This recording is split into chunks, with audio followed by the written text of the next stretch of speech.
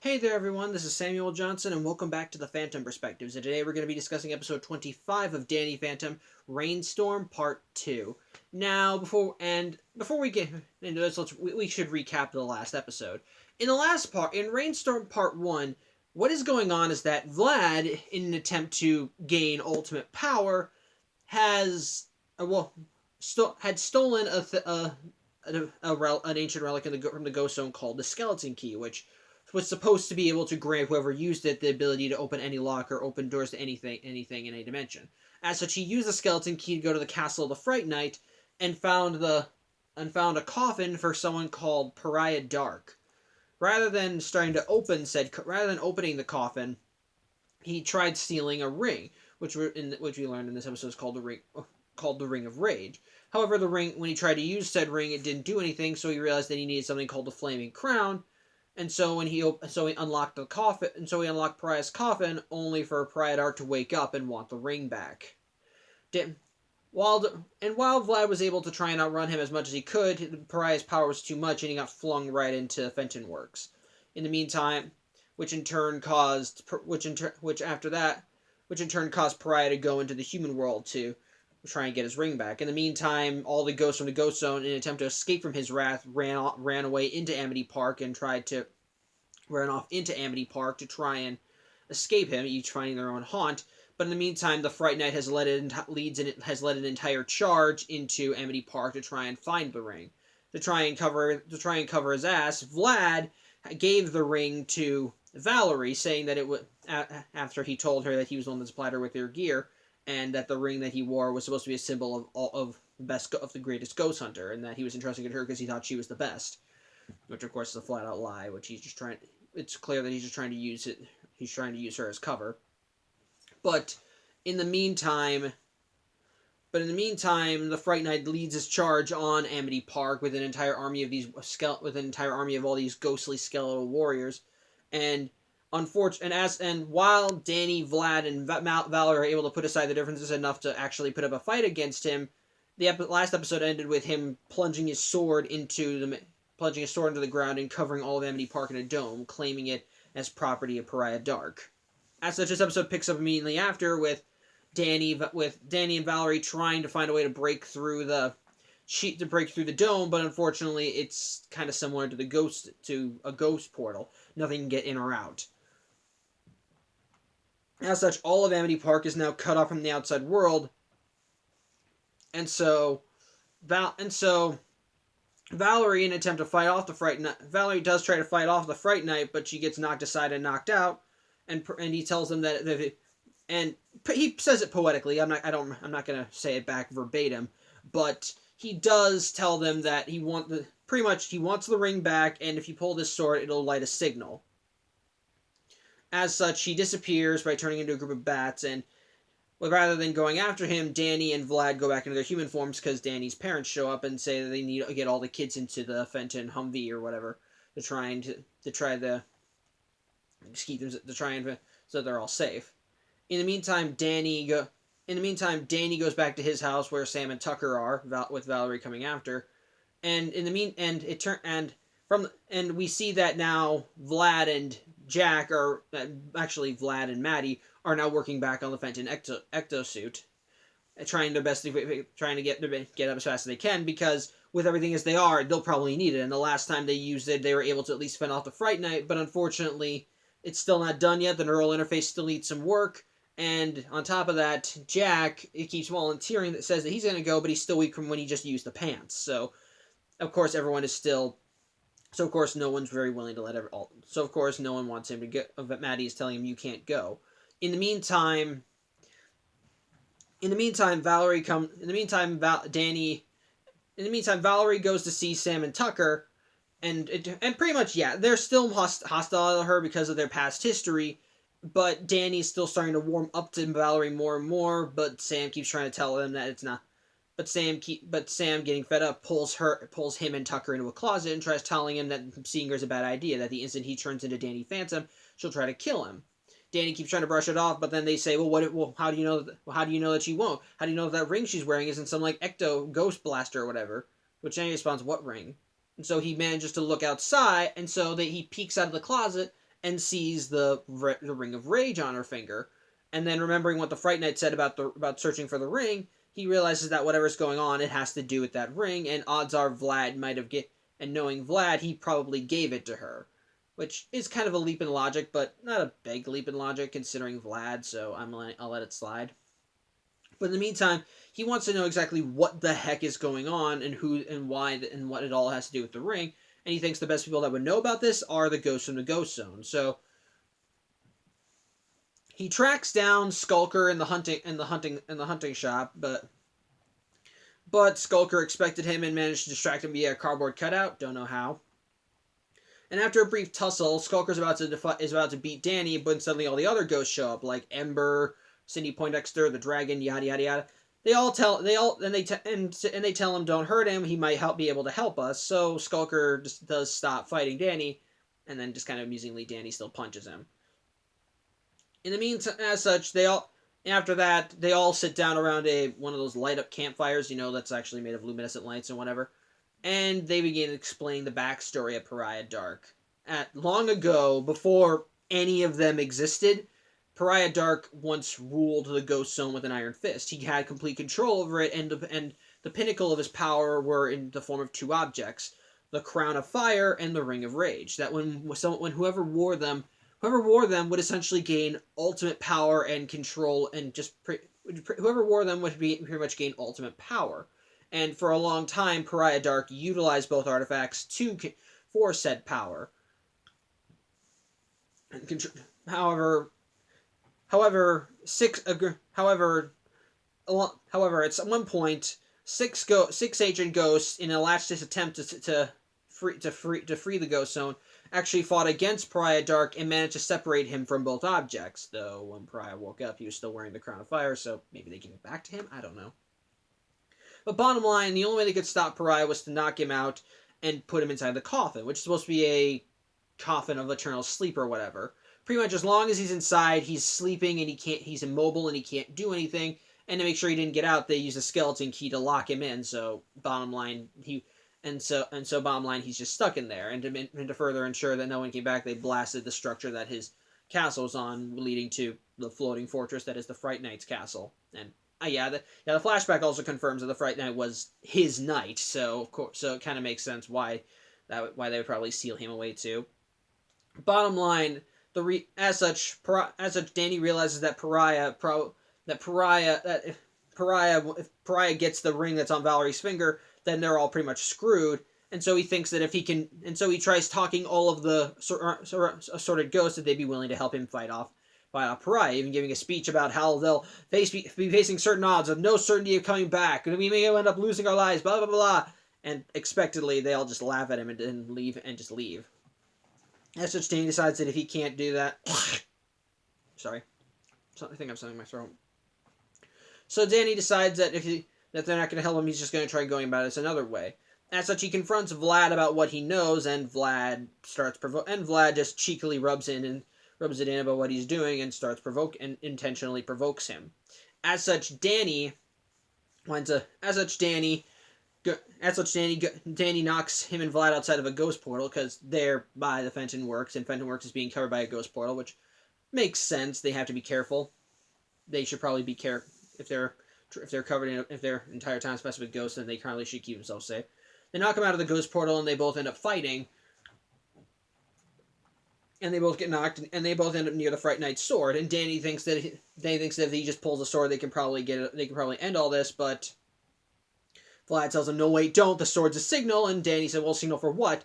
And so he ends up pulling the sword, and we see that in the time that Amity Park has been covered by the sword, has been covered by the shield, it has in fact been pulled into the Ghost Zone.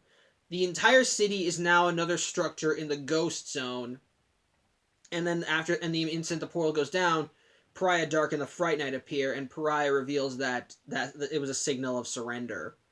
As such, he manages to easily walk through Danny and Vlad, knocking them both into their human forms.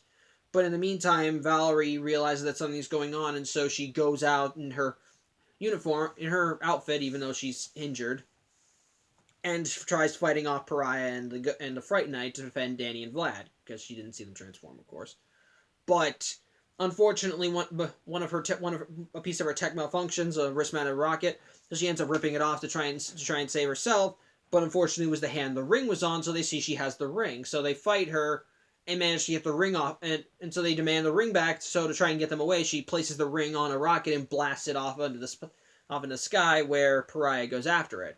In the meantime, the Fright Knight goes after Valerie, who grabs Danny and Vlad and tries flying off. And in the meantime, Danny's parents and Valerie's dad end up tell everyone that they have to try and run away, that they have to get to the ghost port. They have to get away to the They have to get to the ghost portal, because in it, realizing what's going on, they expanded the ghost portal that was surrounding Fenton Works all over Amity Park. So they need to get everyone into a safe zone as quickly as possible. Sorry, my dog is right there. They need to get everyone into a safe zone as quickly as possible, so that they're not hurt by the ghost army. Hold on a second. Okay, anyway, as I was saying, they have to get into the safe zone, so Valerie manages to get inside the ghost portal as it expands, come on. Sorry about that, using flimsy support here. And, okay. That should do. Anyway, as I was saying, she gets herself, Danny, and Vlad into the ghost portal, inside the ghost shield, and thus saving them from the Fright Knight, and gets all three of them back into Fenton Works and into Danny's bedroom. Unfortunately, because of her injury, she ends up going unconscious as well. In the meantime, Vlad wakes up first and sees that the ring is no longer on Valerie's finger, and he makes a quick getaway before people come up. In the meantime, Danny ends up waking up too, and Sam and Tucker end up come upstairs too, because they heard from Jack that Danny is back in his room. Danny is back in his room with Valerie alone. So, which actually, and one of the nice touches I like is that Sam is the one that runs up first, and at the time, when she first heard the news, she was drinking tea, and the instant she hears it, she drops the teacup and just bolts upstairs, which I like. But anyway, Danny realizes that the ring is gone, and she's unconscious, and that that pretty much just they're kind of all screwed, as Pariah Dark actually does have the ring back, as when the Fright Knight tried to break in, Pariah appeared to him and showed off that he now had the ring, and so they went off to make plans to conquer both the human world and the ghost zone. As such, Danny realizes that even if he didn't start all this, he's still the hero here, and it's his responsibility to stop them. As such, he goes ghost again, and he takes Sam and Tucker down to the down to the lab, and invisible, of course. And sorry, I'm petting Xander right now. That's why I'm sitting like this. And they see that now the Fenton Ectosuit is now fully operational. It's fully built in, but there's still the risk that it could cause death. So, of course, Jack still wants to go, but Maddie ends up karate chopping him to knock him out. Says she'll go. When suddenly Sam's dad does the same thing to her, and then her mom does the same thing to him. It's pretty much just starts going from. It's like a set of dominoes. Every parent just keeps knocking the other out, saying, "No, I'll go. No, I'll go. No, I'll go." Which Jane says, "Wow, this is a lot easier than I thought. I thought I just had to blast everybody to get that suit." And of course, when Sam realizes that it's the suit that he's after, Sam thinks that's a bad idea. Did you hear the part where it's fatal? But he says, yeah, they kind of need this, but at the same time, they need all the firepower they can get. Everything's going to hell in a handbasket out there, and his own power is not going to be enough. As such, however, before Danny can actually get to the suit, he looks down, and it turns out Valerie came down here, and she has the exact same plan Danny has. Grab the suit and go face Pariah Dark. Of course, Danny tells her you can't do this. She doesn't want to listen to Danny because, well, he's still a ghost. But in the meantime, her dad comes down because he was away getting extra supplies. And so when he comes down, Danny immediately unmasks Valerie right in front of her dad. And yeah, she's immediately angry because her dad did not know about all this ghost stuff. And before she can blast Danny, her dad grabs her by her shoulders and picks her up, allowing Danny to just take the suit and fly off. In the meantime, he's not happy that his daughter's been doing ghost hunting, though he does ask if she's okay. In the meantime, Danny goes up to the roof and goes human and goes inside the ectosuit. However, Sam tells him that this is probably a bad idea. He could probably die, but Danny says, "Look, I have no choice here. We all know that sometimes it wouldn't be as easy as just putting like the box ghost in the ectothermos, in the Fenton thermos." So they kind of need this. Even if it is dangerous, they do need to do this. However, Danny realizes that the odds are still very much against them, so he tells them, if you have anything to say to me, now might be the time. And we get a nice moment where Sam almost says that she has feelings for Danny, when suddenly the sky is covered in red clouds, and Pariah's face comes in and says that they all should surrender. And as such, Danny decides that he has to go now, and he tells Tucker to hack into the Fenton ghost shield generator to open it just enough so that he can fly through. As such, Danny goes into the ecto suit, and what's actually nice is that it has a nice little F covered in green flame for Fenton. But Danny goes inside the suit, goes ghost, and suddenly his ghost form ends up spreading over the suit, and suddenly which in turn transforms it, gives it the same black color, gives it the same color scheme as his jumpsuit. The hands and feet are now white not like his gloves and boots, and now he's got the giant DP on his chest instead of the F, which I thought was really nice. I thought was really cool. Which, yeah, it's a really cool image and it's really nice. As such, Danny takes the suit and flies off. They open the portal so that he can fly through. Everyone's seeing him, and of course and they all start cheering, specifically Paulina, saying, "Go get him, Inviso Bill." And Danny yells out, "It's not Inviso Bill, it's Phantom! Danny Phantom!" And he then flies out as he goes to the castle of Pariah Dark. However, when he gets there, the entire castle is surrounded by his army of by a skeleton army. And so Danny, thinking, well, maybe I should just take this slow, uses a little bit of power, shoots out like a little pellet from his finger, and that's enough to destroy like a chunk of the army. And Danny realizes, whoa, and that was just like a small percent. That's just going to be awesome. That says he tries going all out, but we soon see that the suit actually does still have a bit of the strain factor to it. That if it goes below 100%, it starts putting more strain on the wearer. As such, Danny needs to be careful with how much power he's utilizing and when. As such, he starts using the suit to try and take out the army, but as he keeps using more power, he's getting weaker and weaker, and the army starts getting the best of him without their numbers. When suddenly he gets he gets help from Sam and Tucker, who, if it turned out, took the Fenton Ghost Speeder, the floating vehicle that they used to go in the Ghost Zone, to go out there. And Danny says, "You can't be here. Go away." And say, "Oh yeah, we're not here to help. We're here to drop something off." And it turns out that all the other ghosts in the Ghost Zone, they reconsidered. They are gonna help Danny. They are gonna help Danny because, well, Pariah is threatening their home too. As such, they all end up teaming up, and which leads to some nice bits of fighting as we see Ember using the guitar to blast giant fists, with Skulker just blasting them all, and we even see the kind of the two more of the pathetic ghosts, like the guy in the pajamas. I forgot his name, and the box ghost is the guy in the pajamas actually does have some freezing powers, freezing a group of them, and the box ghost then wraps them in bubble wrap and rolls them away. But in the meantime, they manage to clear a path for Danny to get into the castle, so Danny goes in there and directly challenges Pariah Dark. And of course Pariah accepts the challenge because he thinks he'll win. And we actually do get a pretty decent fight between them as Danny's trying his best to utilize his powers, but even from the get-go, you can tell he's a bit spent. Like he's struggling, his words are strained. His speech is strained. But bottom line, he's kind of on his last legs here, and Pariah can tell, telling him, "Is the power too much to handle, boy?" But Danny says, "Yeah, it's not the power, it's how I've been using it."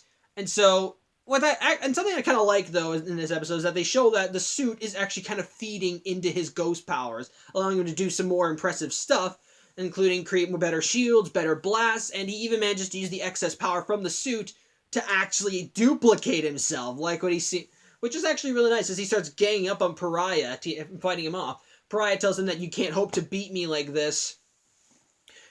And as he takes out a clone, Danny says, "Yeah, you're right.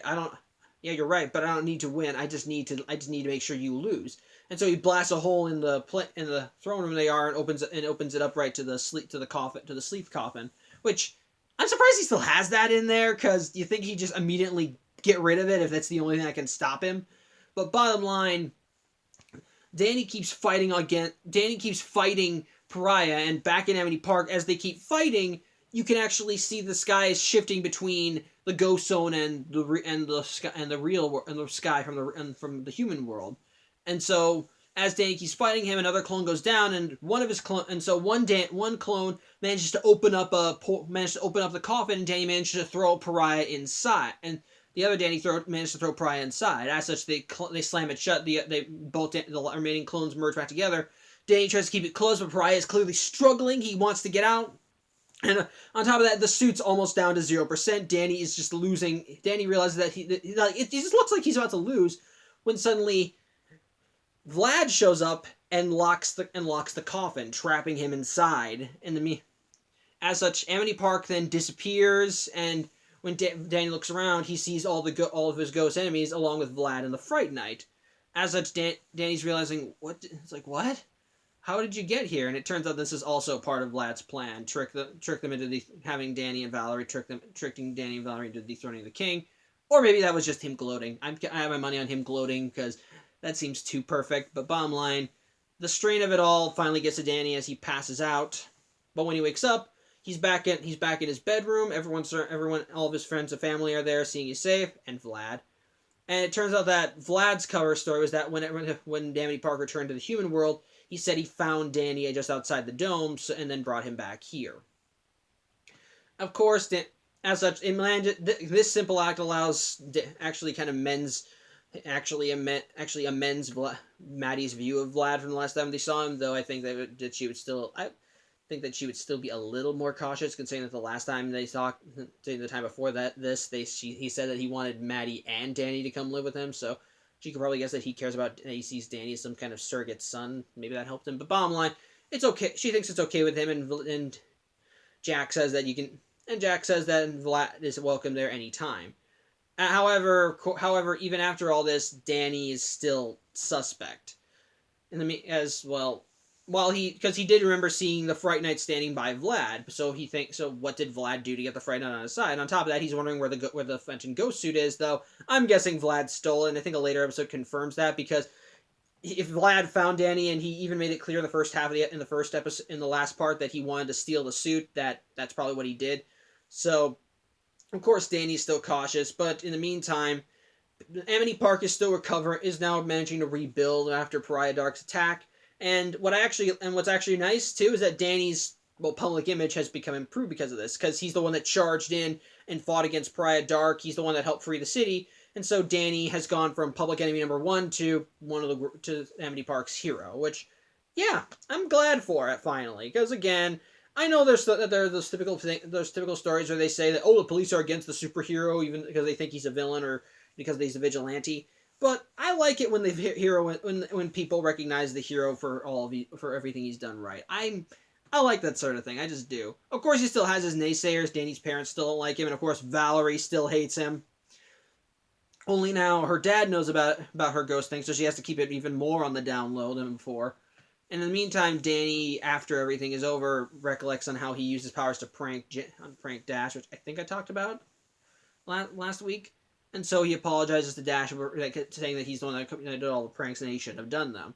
And so Dash does accept the apology after giving Danny an atomic wedgie off of the sign of Nasty Burger. So, and one last thing. Valerie tells Sam and Tucker that she's actually starting to like Danny, and Sam clearly is angry about this. So they make it clear that they're going to keep their eye on her, and they further ensure that. And to further use a weapon, they call that guy that Valerie was hiding from in the last episode. So, on the whole, what do I think of Rainstorm? Honestly, I enjoy it. It's not like the best thing the show's ever produced so far, but there's nothing it's nothing deep or groundbreaking. But in terms of story and stakes, this episode's actually kind of the biggest that we've seen so far. For starters, Pariah Dark, while I think its design is still kind of a bit more Viking to it. It's still kind of a bit like last week I kind of said I thought his design was just kind of eh. Well, kind of given a week to reflect on it, I think his design is actually pretty fine. And I think, for starters, unlike all the other ghosts that Danny's fought, this one is definitely kind of a bigger threat. Like, the fact that he was able to get all of the ghosts in the Ghost Zone to do a mass exodus from the Ghost Zone, because he apparently destroyed their homes in there. The fact that he was able to get the Fright Knight to pull all of Amity Park into the Ghost Zone. The fact that he has an entire army, and this is all before he gets his ring back. So you can tell this guy's pretty powerful. So once he gets the crown and the ring together, that pretty much means he's all powerful. That's something I forgot to mention. Danny managed to get the crown off of him, so that probably did cut it. That probably diminished his power significantly after that. But anyway, So, and the fact, and it just kind of feels like things are just progressively getting worse. The fact that having an army having two armies of ghosts charge into Amity Park, but one right after the other, to have all of Amity Park covered in an inescapable dome of ghost energy. To when that dome finally disperses, you find the entire town has been pulled into the ghost zone. To having Pariah get his ring back, and when you hear the legend that he used this ring and his crown to completely take over the ghost zone, it feels like the stakes are grander because of all this. And so of course seeing Danny actually and Danny needs to kind of match it, hence why he has to go for the ghost suit, because it's the only thing that can actually match it, that can possibly come close to fighting Pariah, as it was enough to take down the Fright Knight. But even then, there's still the risk about this thing killing Danny, so they gotta be careful. So it's kind of like a last resort type of thing. On top of that, we also get some more. We get some changes. For starters, this is the episode where people finally know Danny as a hero and start calling him Danny Phantom instead of Inviso Bill, which I'm glad for. But another big development is that we finally see Valerie kind of trying. We see that Valerie is starting to develop. Valerie is making an effort to try and become more than friends with Danny, which does get under Sam and Tucker's skin, particularly Sam's.